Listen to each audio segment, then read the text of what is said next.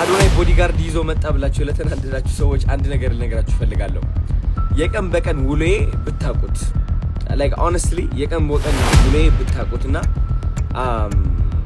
ብትረዱኝ ይላልው and አንዳንድ ሰው መረዳት ማይፈልግም የሆነ እንከን ለማውጣት የሚጠብቁ ሰዎች አሉ። ለምን እንደሆነ አላውቅም።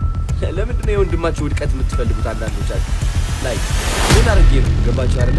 ምንም አላደረኩም ለመናገር ምንም። ለምንድን ነው anyways ጉረኝነት ከመሰላችሁ እንግዲህ ያው የእናንተ መነጽር ነው። መነጽራችሁ እንግዲህ ላወልቅላችሁ አልችልም።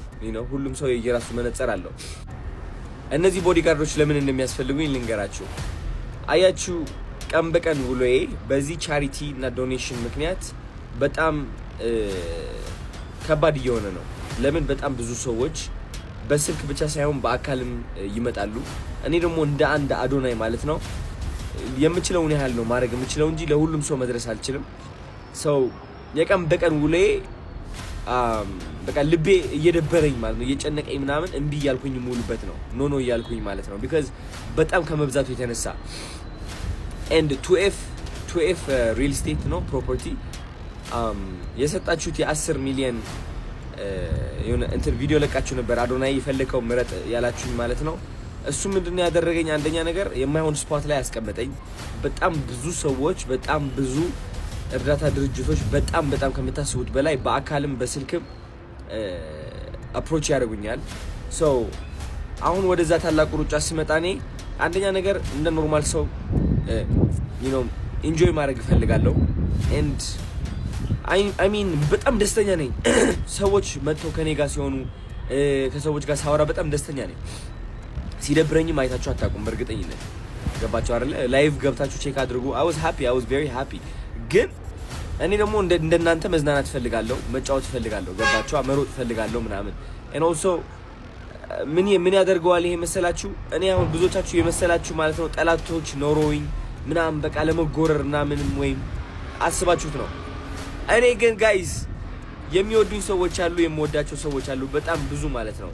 እነዚህ ሰዎች ሳያስቡት እኔ ምን እያረኩኝ እንደሆነ ሳያስቡት ማለት ነው እኔን ሲያዩ ከፍቅር ተነስተው ወደ እኔ ይመጣሉ፣ ወደ አዶናይ ይመጣሉ። እኔም በፍቅር ነው ማስተናግዳቸው።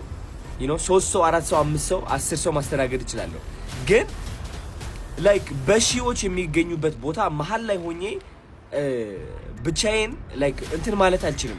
ገባችሁ? አሁን ያለሁበት ደረጃ ነው እንግዲህ ይሄ ምንም ማድረግ አልችልም ጋይስ፣ ዲናይ ማድረግ አልችልም፣ መካድ አልችልም። ያለሁበት እውነታ ነው ይሄ። እውነታዬ ደግሞ ያው እየታያችሁ ነው እናንተ በግልጽ ማለት ነው።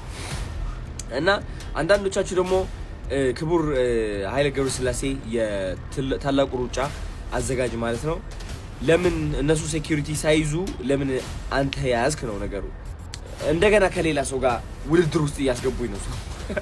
እኔ እኮ መወዳደር አልፈልግም፣ አውጡ እያልኳችሁ አትሰሙኝም። እኔ መወዳደር አልፈልግም፣ ተውኝ። I don't care።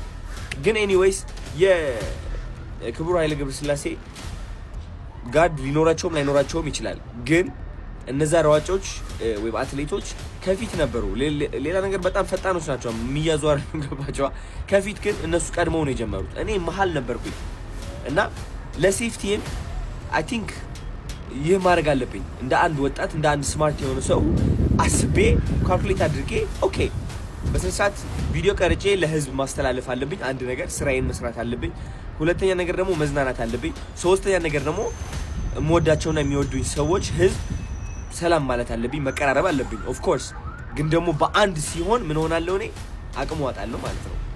ገባችሁ አይደለ? አቅሙን ካጣው ደግሞ አይታወቅም። ጀስት እየተጠነቀቅኩኝ ነው እናቴ ያለችኝ እሱ ነው፣ አባቴ ያለኝ እሱ ነው፣ አብዛኛው የሚወዱኝ ሰዎች ያሉኝም እሱ ነው። ምንም ችግር የለውም ብዬ አስባለሁ። እና ከዚህ የምትማሩት ምንድነው መሰላችሁ? አንደኛ እንከናችሁ ለማውጣት የሚጠብቁ ማአት ሰዎች አሉ። እናንተ ሰዎች አታስፈሩኝም ባይዘው ልንገራችሁ በምን ታምር ማለት ነው።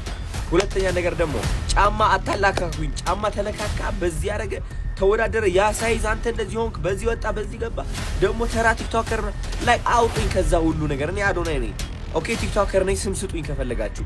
ዩቲዩበር ነኝ፣ ስም ስጡኝ። የፈለጋችሁ ስም ማውጣት ትችላላችሁ። ግን ጋይስ እኔ እያደረኩት ያለሁት የሚጠቅመኝ ነገር ነውና ልብ ብላችሁ ብታስተውሉ